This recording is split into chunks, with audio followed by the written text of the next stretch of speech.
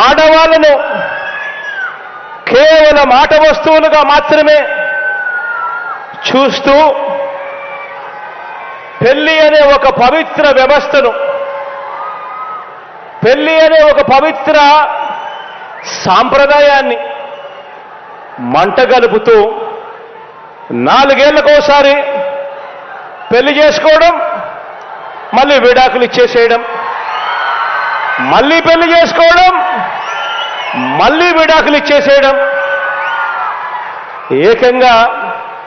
కార్లను మార్చినట్టుగా భార్యలను మారుస్తా ఉన్న ఈ పెద్ద మనిషి 3 సంవత్సరాలకు 4 సంవత్సరాలకు భార్యలను మారుస్తా ఉన్న ఈ పెద్ద మనిషి ఇప్పటికే